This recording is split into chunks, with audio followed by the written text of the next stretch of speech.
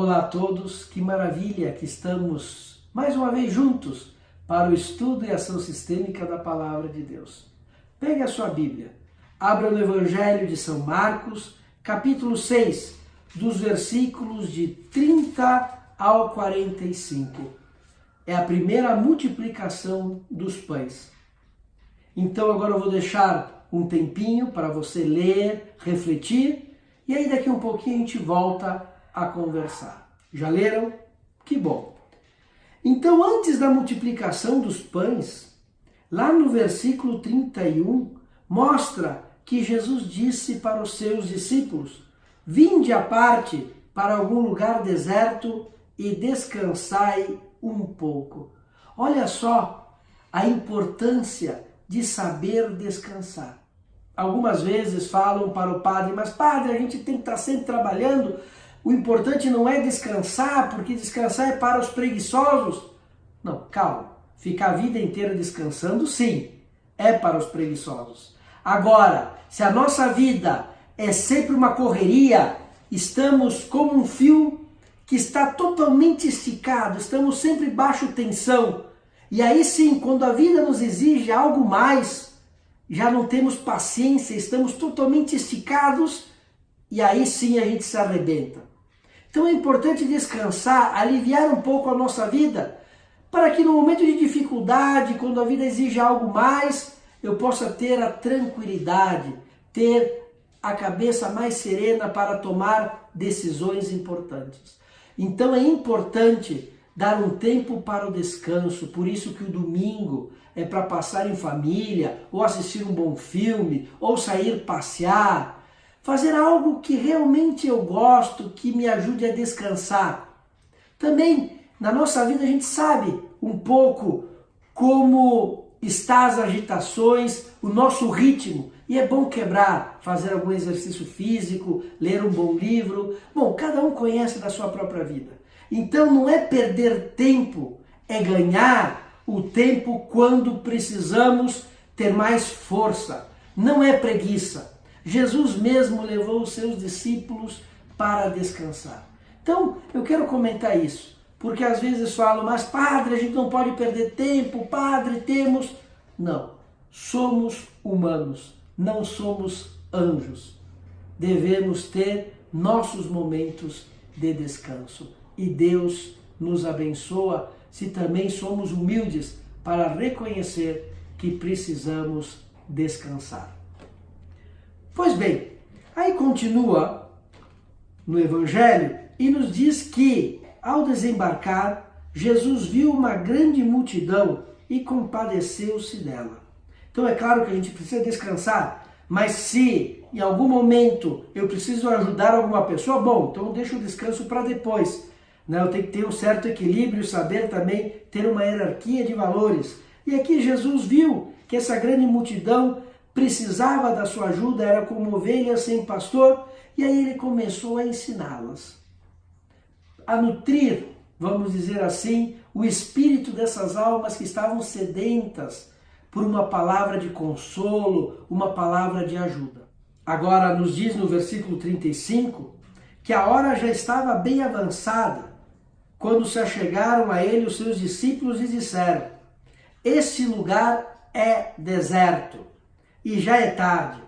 Despede-os para irem aos sítios e aldeias vizinhas a comprar algum alimento. Porque aquela multidão, até mesmo vai nos falar o Evangelho, que eram aproximadamente 5.000 homens, sem contar mulheres e crianças. Então aquela multidão com fome. E aqui eu quero deixar uma coisa muito clara. Jesus fez o milagre. Nos diz que estava numa hora bem avançada. Então se alguém tinha algo de comer, já tinha comido. Então tem muita gente que começa a tirar os milagres da Bíblia. Até vou contar um fato que aconteceu com meu amigo. Ele é pai de 5 filhos. E na catequese de um de seus filhos, a catequista começava a falar: não existiu aquele milagre que Moisés separou as águas. no Mar Vermelho. Não existiu, imagina, foi assim, assim, assim. Não existiu a multiplicação dos pães. Cada coisa começava a tirar esse fator de milagre, como se para Deus não fosse possível fazer isso. Sabe, deixando a Bíblia sem a parte divina. E às vezes até movido por ideologias, né? Porque até mesmo nessa passagem, o principal é ver que realmente eles não tinham, que Jesus fez o milagre, mas às vezes por uma certa ideologia ou modo de pensar, ou até porque de repente a gente acha que é mais bonito, foi uma solidariedade, todo mundo repartiu, teve a partilha, mas aonde que tinha partilha aqui? Serão 5.000 homens, estavam num lugar deserto, estavam com fome, já era numa hora avançada, então querem tirar o milagre. E aí esse meu amigo disse para a catequista, disse assim, olha, vocês falam que isso não aconteceu, que aquilo não aconteceu. Começam a tirar os milagres da Bíblia. E depois vocês falam que Deus está num pedacinho de pão para o meu filho? Impressionante, isso é muito mais do que separar o Mar Vermelho. Ele estava querendo dizer, olha, vocês estão tirando toda a parte divina. E ainda na primeira comunhão quer dizer que Deus está naquele pedacinho de pão, e realmente está. Então para Deus tudo é possível.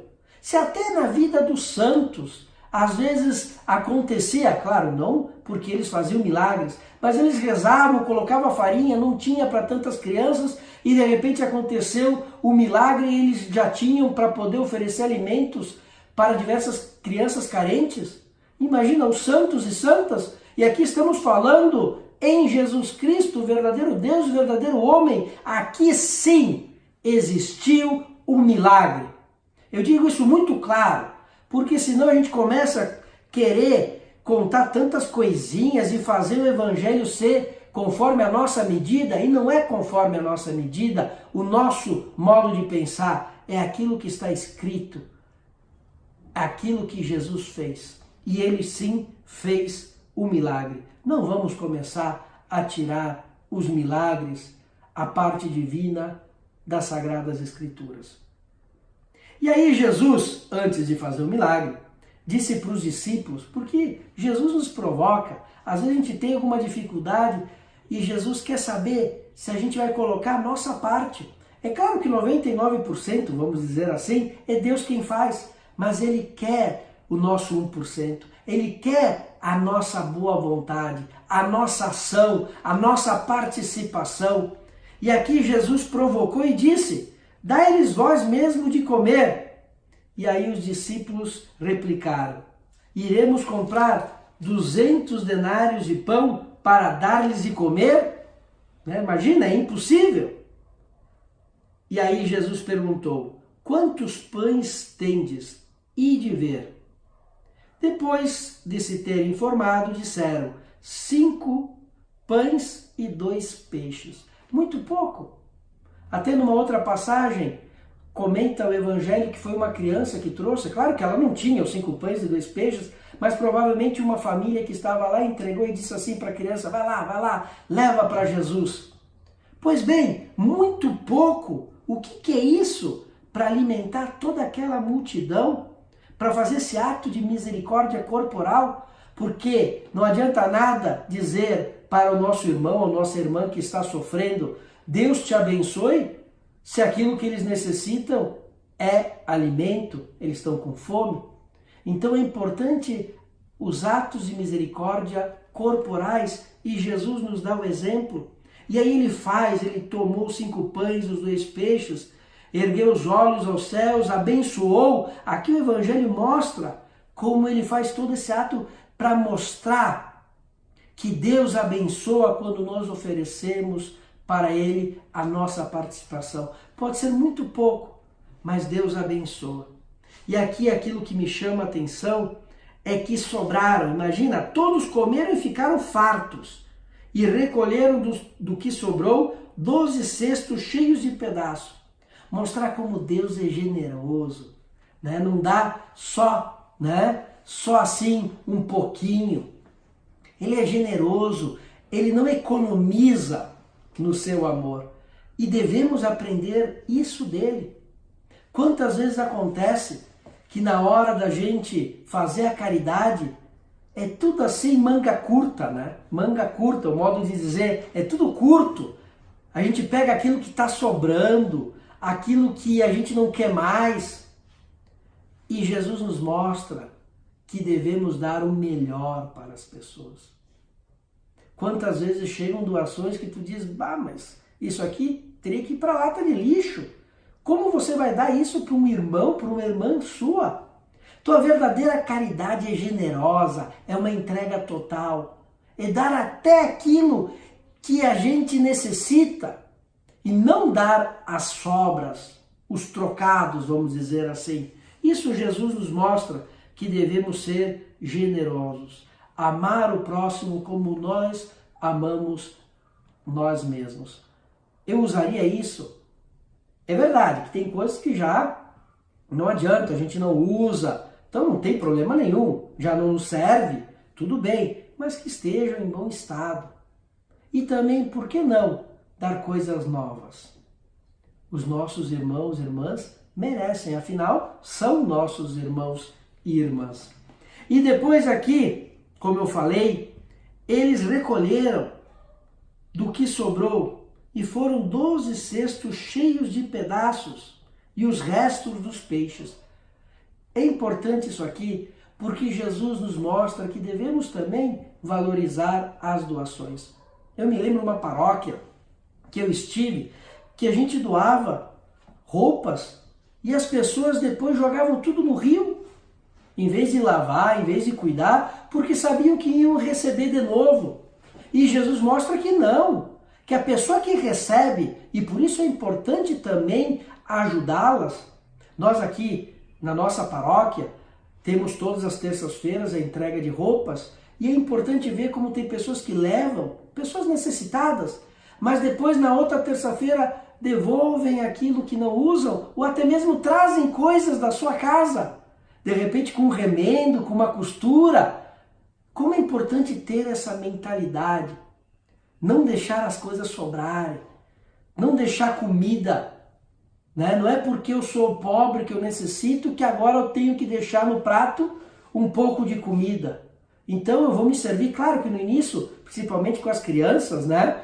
Elas comem mais com os olhos, então elas acabam se servindo mais do que necessitam. Então pouco a pouco mostrar que é melhor se servirem 2 vezes, 3 vezes, 4 vezes, do que servirem algo que não vão poder comer. Então também essa educação, saber que precisamos cuidar das coisas que recebemos e ao mesmo tempo, uma vez que a gente recebe, também ajudar as outras pessoas. E aqui nos mostra o que fizeram com esses cestos cheios de pedaços. Provavelmente as pessoas levaram para a sua casa, para levar para o vizinho, para levar para um filho, para o pai, para a mãe. Então como é importante a gente recebe, mas também saber partilhar. E aqui sim entra a solidariedade, o amor. Devemos saber partilhar as coisas. Antes eu só mostrei que a gente não pode tirar o milagre de Jesus. Aqui aconteceu sim o milagre. Não devemos olhar tudo só com lógica humana. Como propósito e por isso uma ação sistêmica da palavra de Deus, vamos pensar essa semana aquilo que podemos doar para os nossos irmãos e irmãs, ou para um asilo que necessita, ou para uma obra de caridade, ver algo, não que está sobrando, mas algo que está em bom estado, e fazer esse ato de caridade. Olha só, seria um bom propósito como exercício de generosidade.